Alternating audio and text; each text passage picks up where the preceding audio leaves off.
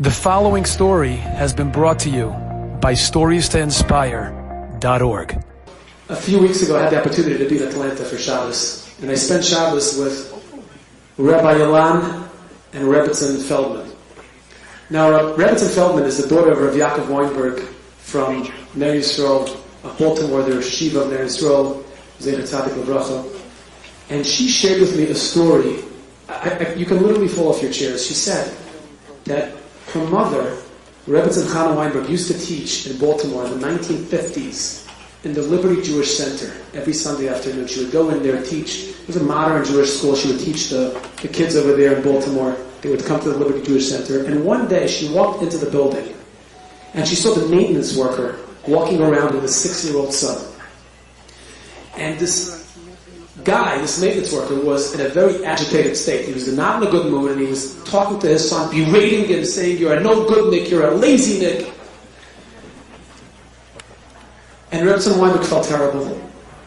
And Rebbetzin Weinberg went over to this father, and she turned to him and she said, "Can I borrow your son for just a few minutes?"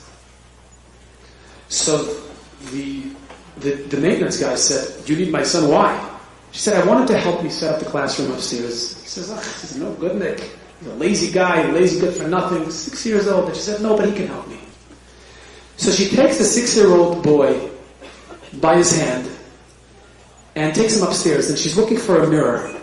So she takes him into the women's bathroom, picks him up, and looks into the mirror together with him, and she asks him, "When you look into the mirror, what do you see?"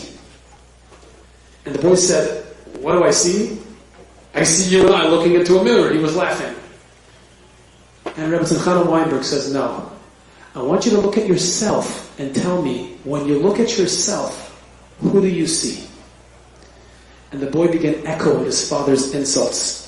"I see a lazy, good-for-nothing kid." And Rebbetzin Weinberg turned to him, and she said, "Now I want to tell you, when I look at you, I want to tell you what I see."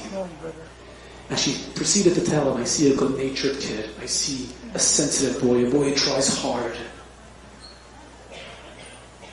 And then she proceeded to take out a small mirror from her pocketbook, a makeup mirror.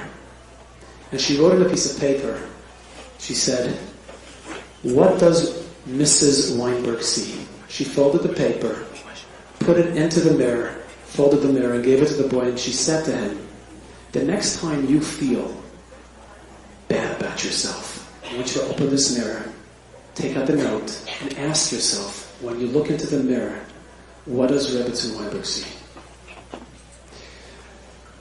The way Rebbetzin Feldman knows the story is because I Shiva 5 years ago, she said to me that a guy in his mid-60s walked into the Shiva home, sat down, told the story, and then took out a mirror and unfolded an old note.